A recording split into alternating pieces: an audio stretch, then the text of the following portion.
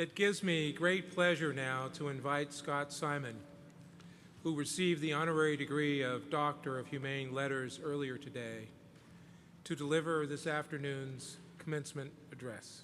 Scott.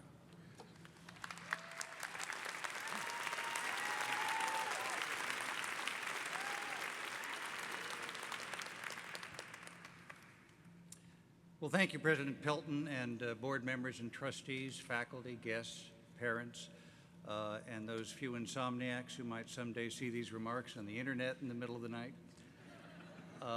and graduates of Emerson 2014.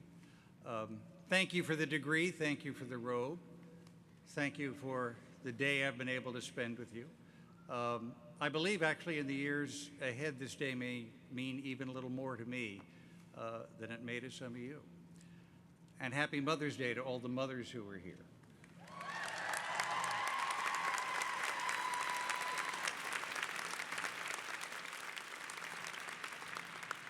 That sounds vaguely sinister, doesn't it, to all the mothers who are here? I didn't mean it that way, but in a warm and affectionate way. Chicagoans, like Bostonians, suffer from that parlance sometimes. Happy Mother's Day to all the mothers here, and to the sons and the spouses and the daughters who love them. I think this is one of those days in which we all get a glimpse of the singular vision of parents. You students sit tall in your gowns, and rightfully, you feel grown and should, but I suspect that your parents see something else too. They look at you and see the babbling, cooing, scowling infant that they held in their arms, the anxious, maybe even occasionally obnoxious adolescent that could make them groan.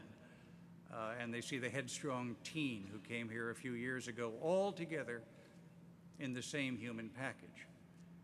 Because parents see their children as all ages at once. This is the singular vision of parents. Now, they know you're grown and they're proud, but they remember when you weren't. So mothers and fathers may not always understand what we do or think, but they always see through to our innocence. That's why parents are our advocates for life. And I think every Mother's Day in the years ahead may hold more meaning because of the happy coincidence of Mother's Day, Dean, on this day, the day of your graduation. This is my first Mother's Day without my mother in the world. And I find myself moved to speak in a personal vein, not only about her, but in a way also for her. Many of you may know that we lost my mother last summer. That's a bad phrase, by the way. It makes it sound as if we took my mother to Costco and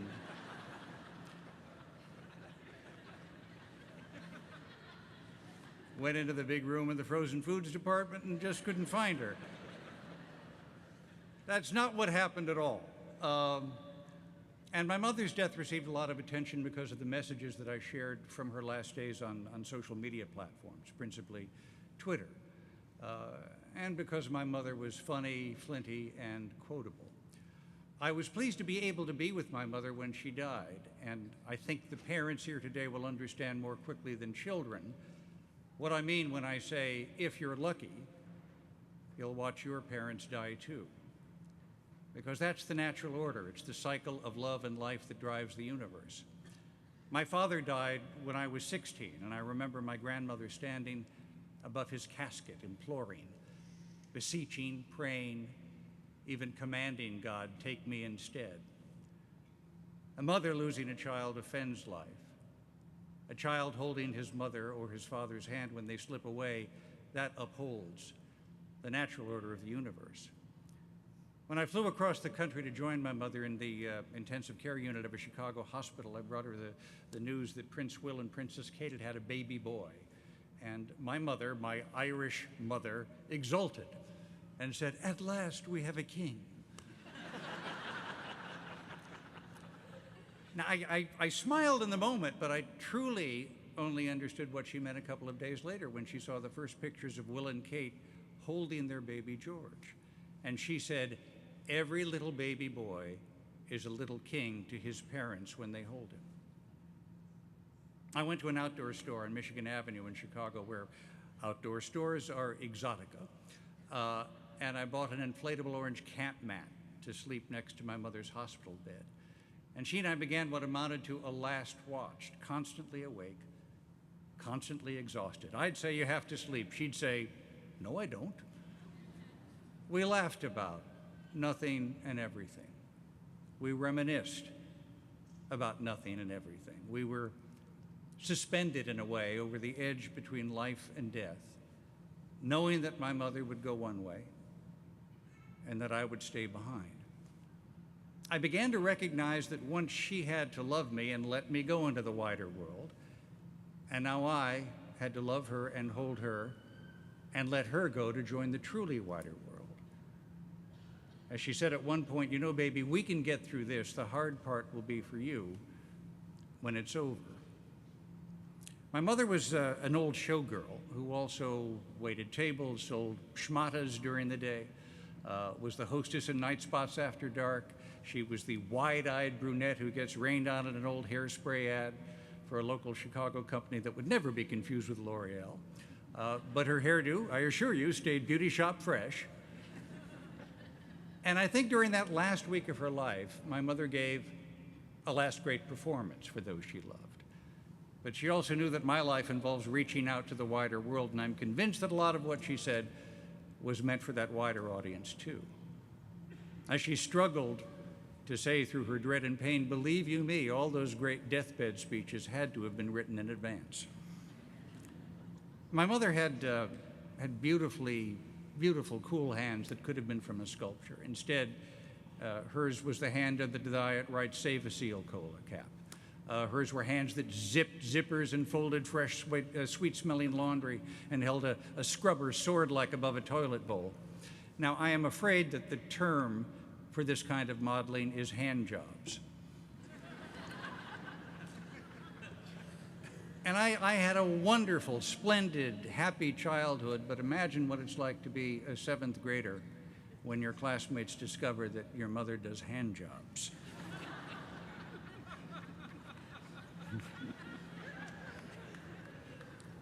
You're graduate students, I don't need to explain that, right? Now, because her appearance was important to her, many of my mother's fashion commandments ring in my mind every morning when I step into my closet. And so many of you going into the performing arts, you might want to bear these in mind as you leave this campus. She said, "Dress for the gig you want, not the one you have. Quality lasts. Dressing poorly calls attention to your clothes. Dressing well does not."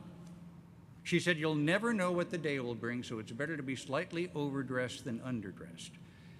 If you wind up meeting the Duchess of Cambridge, Pope Francis, or Frida Pinto, or get taken to a hospital emergency room, do you really want to be wearing an Arctic Monkeys Suck It or See t-shirt? If you wear solid colors for a photograph," she said, "you won't cringe when you see yourself years later." We're all wearing basic black today. And then finally, she said, "There's usually a reason something is on sale."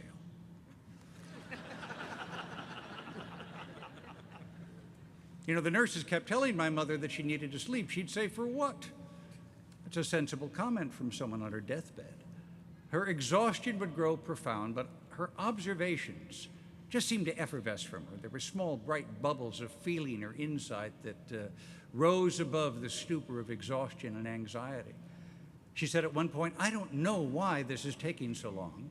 I guess I'm just late for everything."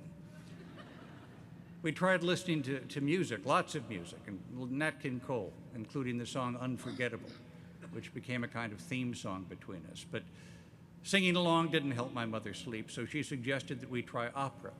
My mother said, "I always slept when I went." I tweeted, "I don't know how we'll get through these next few days, and I don't want them to end." And then later I said, "Mother asks, will this go on forever?" She means pain, dread. No. She says, "But we'll go on forever, you and me." Yes. It's words you remember on Mother's Day. About 5 in the morning, I looked out into the darkness above the streetlights, and I saw a rose gold that was so faint as to be whispery, but it glowed. And I wrote, "I see dawn coming in the sky, and I want to hold it back." to keep my mother from what's ahead, to keep my mother, period. Derek, a wise and kind nurse, told me at one point that my mother would only go to sleep if I did, and he put his arm around my back and he said, "Get some sleep. Your mother will like that. Mothers like to see their children sleep." Before I could, my mother tugged herself up onto her pillows and said, "If everyone could truly realize how little time we have." She said, "You know, baby, you should always try to reach out to people who are lonely. I'm sure that's why we were put on this earth." Then she added, "And listen to people who are in their 80s. So many people look past us. They don't hear what we say. They think we're wrinkly, funny, and dated. But let me tell you about people in their 80s. We have looked across the street at death for a decade, and they know what's really important in life." She paused and gasped a bit before saying, "Laughter, bravery, kindness. And, oh, Earth, you're too wonderful for anyone to realize you. It goes too quickly." I tweeted, "I know end might be near, as this is the only day of my adulthood that I have seen my mother and she hasn't asked, 'Why that shirt?'" I buy things on sale. You're graduates. You're going to be reminded a lot today that you're grown up, but I would advise you that is largely a turn of phrase, because growing up truly is the work of a lifetime. And if you live a rich life and pay attention, which is what people in arts and communication should do, you will grow more with each day and year and each event in life. But I'm afraid there's no such thing as being wiser than your years. You can't rush wisdom any more than, at least so far, you can rush the gestation period of an elephant. Each day adds experience, and that is truly life's teacher. Falling in love and being rejected, that'll teach you. So will being fired, being hired, and having your love returned. Working for tips, as some of you may know, that'll teach you. Getting lost will teach you. Slipping will hurt and teach you. Illness will teach you how others hurt, struggle, and go on. Being responsible for children will teach you lots. Learning how to hold them, feed them, love them, and make them laugh, seeing how they can both adore and ignore you, will make you feel both as wide as the universe and less significant than a fruit fly.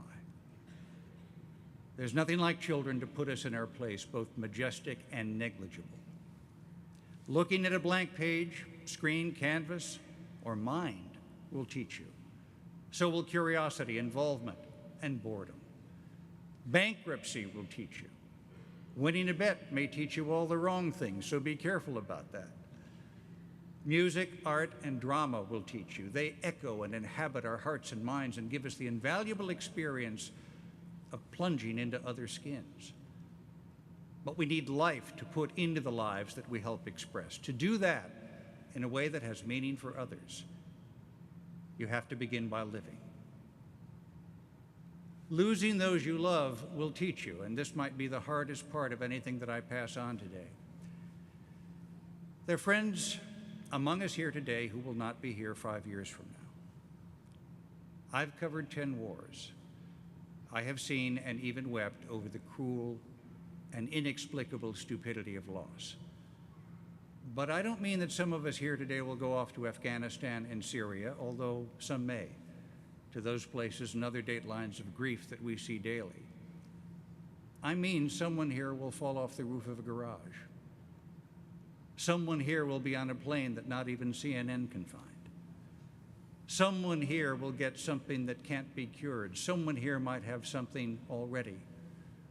Or, as you know in Boston, good people can be felled on a sunny day as they cheer. I don't mean to make you cringe and cower to take a step, because Boston has shown the world how to be graceful and brave in the face of that reality. But I hope this reminder may prod you to look left and look right and impress this scene in your heart and your mind, your friends and your family, and this great city, striving with a million different stories and souls. All of us here today are ticking away, whether we have 5 years ahead of us or 70. My favorite deathbed quote comes from Howard Austin, Gore Vidal's companion of 53 years, who said just before he died at the age of 78, "My, that went quickly." Well, it sure does. By the way, I think my mother's absolutely right. He must have come up with that in advance. So please look around. Treasure the chance for happiness that we've been given in an uncertain and unbounded universe. Know that even bunions and dandruff are signs of life. They are. Along with laughter, love, music, and looking into the sky. Changing your mind, and you should, will teach you. You shouldn't come back here for a class reunion in 20 years and say, "Yep, I was right about just about everything, just as I thought." Because that would mean you haven't paid attention. And that is not what you've learned to do at Emerson. Even Einstein changed his mind. And of course, he had a lot to spare. In all of the flotsam that surged into our lives following my mother's death a few months ago, a couple of items stood out. One was my mother's Chicago voter registration card.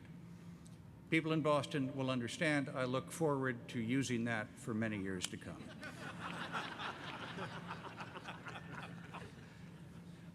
The other was a U.S. Postal Service change of address card. It had her name, and under her name in boldface, they asked, "Where should mail to this individual be forwarded?" I couldn't help myself. I wrote in below, "I wish I knew." Now, all of this talk of mortality may seem to be a long way off, but it is never too early. In fact, it is only wise to appreciate that all of us are just appearing in a limited run production. Yet our mortality is also the seed of wisdom.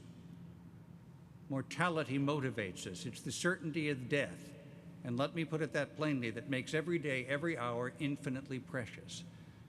It's that certainty that impels us to strive. It reminds us not to waste time, love, or people. It inspires us to do things that will endure. That's why people make music, tell jokes, sing songs, write poems, or play Cleopatra, Mulan, or King Lear. And that's certainly why people have children. Let me close with what I'm convinced my mother would want me to tell you today. And she is conveniently no longer around here to correct me.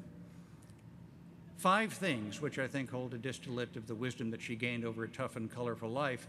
And if you can manage to remember just 1 or 2, that's certainly more than I ever did in my 20s, and makes me hope for the future. Tip well. Write thank you notes.